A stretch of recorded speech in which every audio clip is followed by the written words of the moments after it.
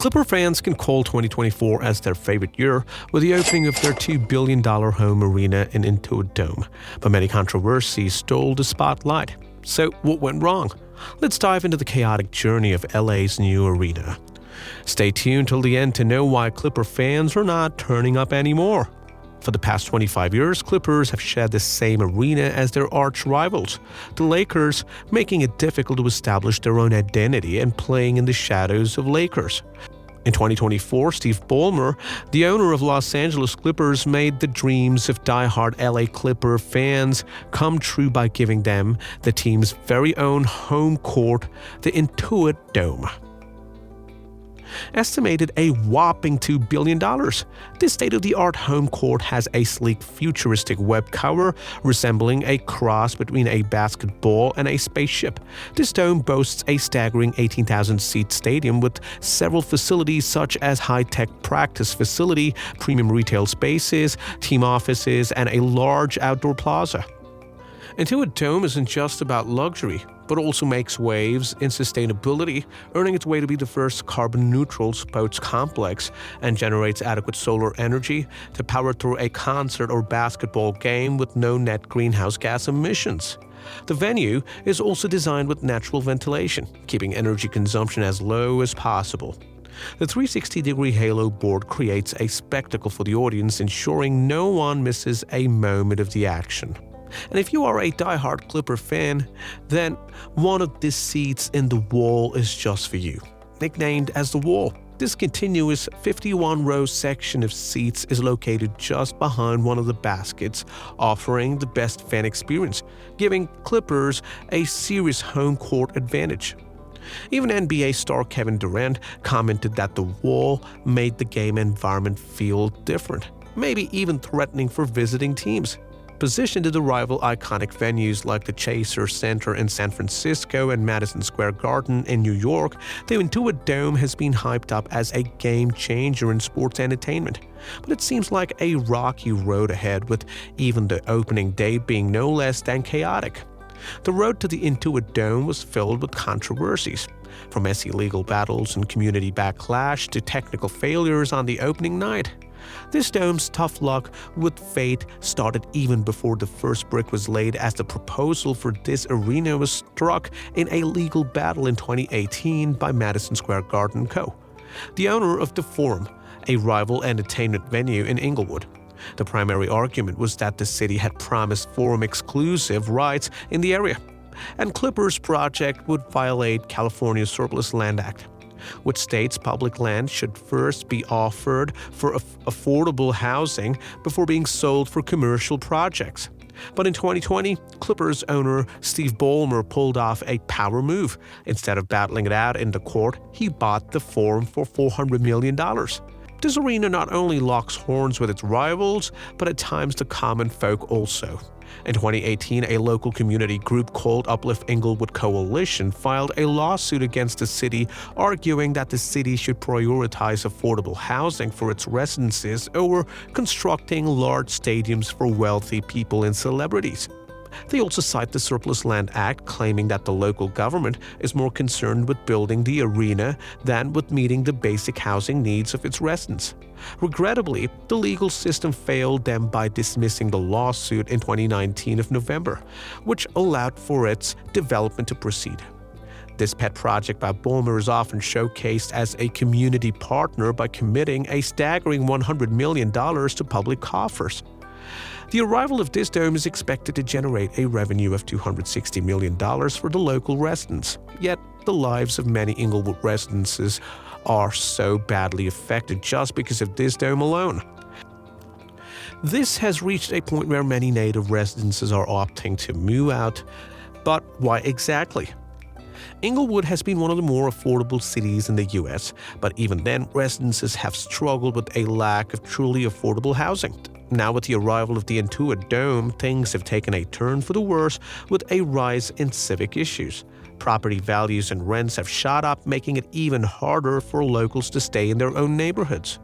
Traffic headaches have become a companion for locals since the opening of SoFi Stadium in 2020, and now the proximity of the SoFi Stadium and the Intuit Dome has definitely made residents more miserable than ever, thanks to horrendous traffic congestions.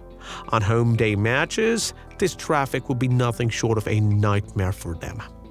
And then, in March 2024, something unexpected happened. Teenagers broke into the under-constructed area and vandalized the place with fire extinguishers. Inglewood's mayor deemed this as a reckless act, but if kids could get in that easily, what does it have to say about safety measures? Local activists raise another important issue that hits at the heart of the community.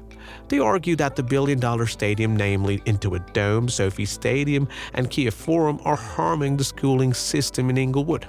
Schools are relying on funding from the state as there is a significant decline in school enrollment.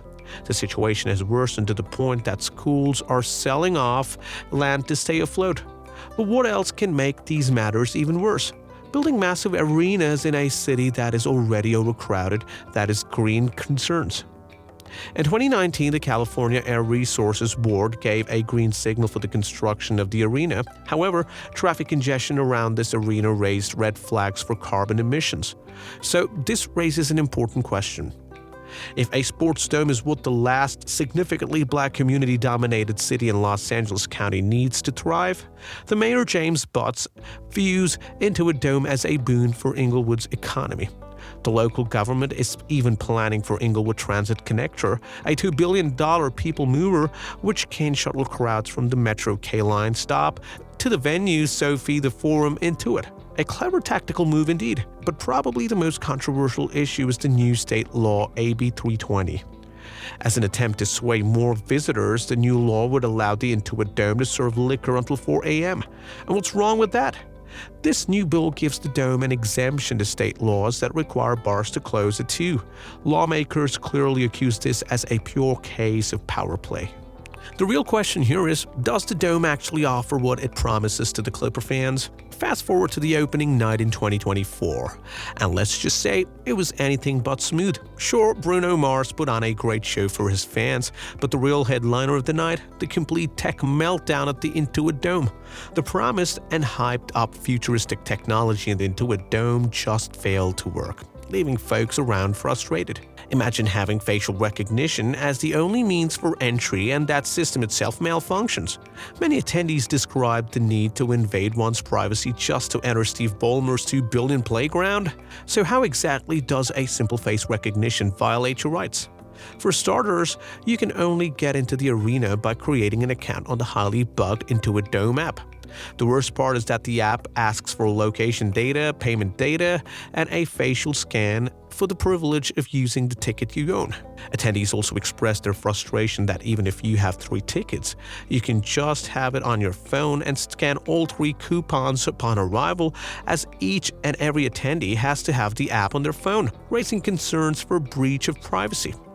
Now, all thanks to this buggy app and poor management, fans were left stranded in the mosh pits and had nothing, and had to stay in the long lines for hours. To make things worse, the internet connection in the arena crashed, which meant mobile tickets wouldn't load. The app kept freezing and adding fuel to the fire. Even the cashless food kiosks wouldn't process orders. Fans started noticing a lack of clearly marked exits and poor accessibility for disabled attendees. So, with many people crammed into tight spaces, some even worried about the potential for a mini stampede if things got out of hand. And here is the biggest question. Can the Clippers fill this massive arena? Unfortunately, they are struggling to not make the arena a ghost town during matches. In a home match against the Orlando Magic in November 2024, the onlookers described the arena as legitimately half empty. With each season, there is a significant decline in attendance, which has pushed them to the 30th in the league.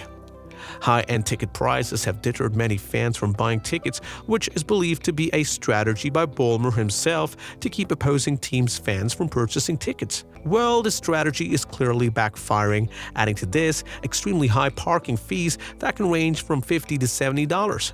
This price is a stark contrast to the Clippers' reputation as an affordable alternative to the Lakers. The new stadium's allure is undeniable, but especially with key players like Kawhi Leonard absent, it reduces fans' interest. So what's next for the Intuit Dome? Since the Clippers have invested $2 billion aiming for a world-class arena, will it pay off or will it be a costly misstep? Share your thoughts in the comments below. If massive projects intrigue you, check out our deep dive into Malaysia's $100 billion gamble. Stay tuned, don't miss what's coming next.